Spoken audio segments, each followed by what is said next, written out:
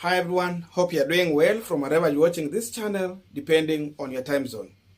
Now, Rigathi Gachagua was hosted by Inoro Tv. And in that interview, there are remarks Gachagua made about Safaricom. And Kenyans are mad on Rigathi Gachagua's remarks on Safaricom. There is so much backlash on that remark. Gachagua was clear that in case Kenya Kwanza will win election, they will not focus on these big companies like Safaricom. For them, they are going to put more of their focus on the small SMEs and the medium enterprises. So priorities or giving an environment or enabling environment to bigger companies like Safaricom might not be there in William Samoei Ruto's government. But again, after the backlash, Dennis Itumbi also came in just to defend Rigathi Gachagua. I wanted to listen to him shortly. It's a very, very short clip where someone has done a translation. Then after that, we want to look on Dennis Itumbi, and we will give our views. Hadu ukona kambuni imwe nene itagwo Safaricom irari haigoti ri. Ungioya mbeca icio cia kambuni nene wikire kuri andu aingi mari kanini ri.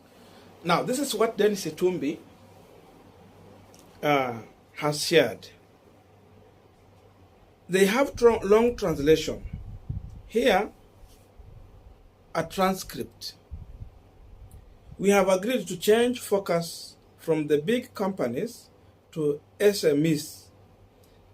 That way, we will broaden the tax base and our country will grow and we will stop borrowing from China.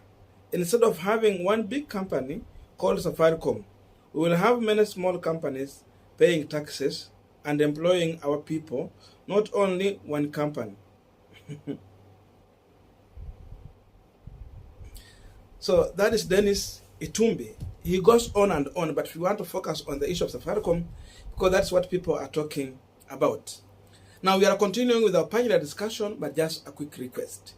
You might be watching this channel, but you have not yet subscribed. So my humble request, please consider subscribing so that any other time, once we release a video like this one, you will always get notified. Again, to all our channel subscribers and anyone who drop comment, I must say thank you so much for your unconditional support. Again, I'm requesting you to give this video a thumbs up so that YouTube can recommend our videos to more viewers. Back to our discussion. Now, there is something Kenyans are learning from Rigathi Gachagua's statement concerning Safaricom and those other bigger companies in this country. It is the same thing UDA has always aired out. That in case they get to power, Safaricom and other bigger companies in this country might just vanish the same way Mumias Sugar is no longer existing. Why? In as much even Dennis Itumbi is trying to defend Rigathi, that he's saying that they will put their focus on small businesses so that they can empower them. What are you saying?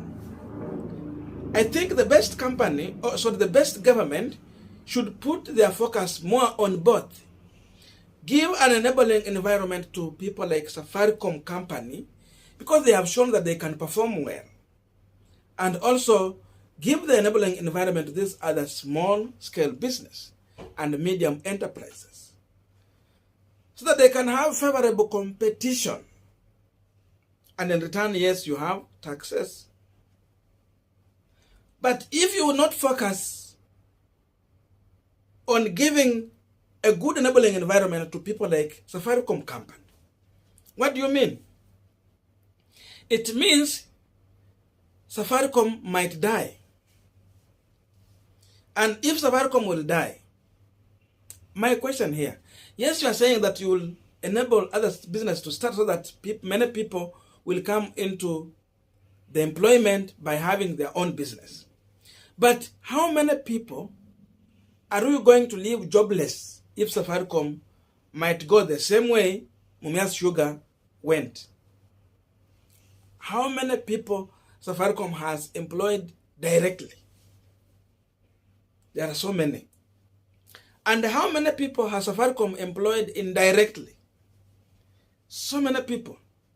Look on the number of people running M-Pesa business in this country. There are so many retailers.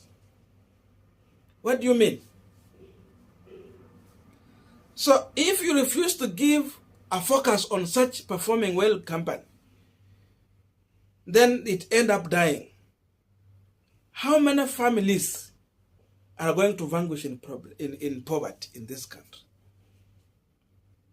That's why Kenyans are angry with the Rigathi Gachagua remarks. You know, it started like a joke. And this Uhuru Ruto government has done a lot of disservice to Mumias. They had a chance to revive Mumias, but instead, they killed Mumias company totally. It has died. Look on the number of people who are directly employed by Mumias. Then look on the farmers who are doing sugarcane farming. The people who are employed in those farms. That's why if you come to Western, many people are vanquishing in poverty. Because Mumias was one of the backbone of the economy. So if you continue to air out such sentiments, you are simply telling Kenyans that you are going to kill these bigger companies because you will not put your focus there. And you see, when they killed Mumias, they got a chance to start now importing sugars. They imported sugar in this country, and now they are earning money directly. So it means you give privileges to your friends and your other companies to get money now directly, and killing the entire economy. So this is one of the reasons I think Kenyans are mad on Gachagua's remarks. I don't know if I'm pronouncing well, because many people have tried to correct me on this name, but I'm trying anyway. So you can see the reason here. You can see the issue here. And William Ruto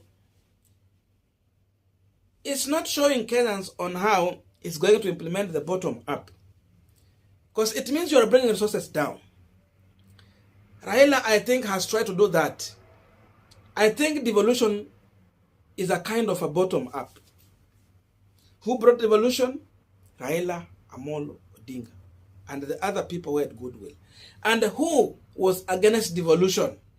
William Samuel Ruto. From centralizing power, through devolution, they were decentralizing this power. You bring it down to an inch. Ruto was against that.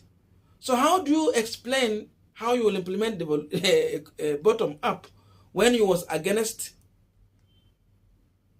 devolution, which was decentralizing power? You bring it down to the people. BBI was bringing money down to the people from 15% to 45%. Ruto was against BBI.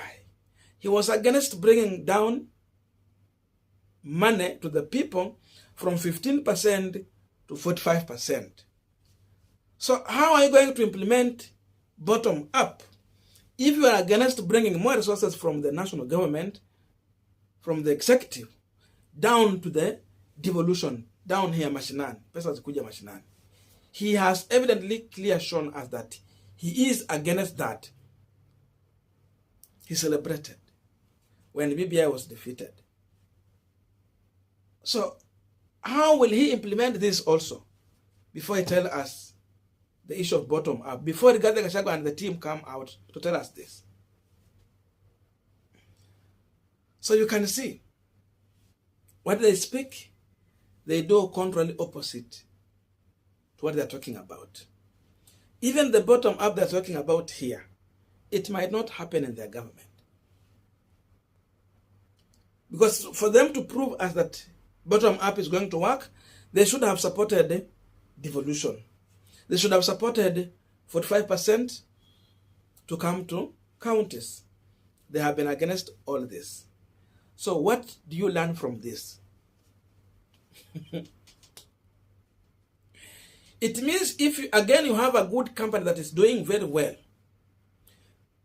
that is gaining, it will be killed just like Kiroch died.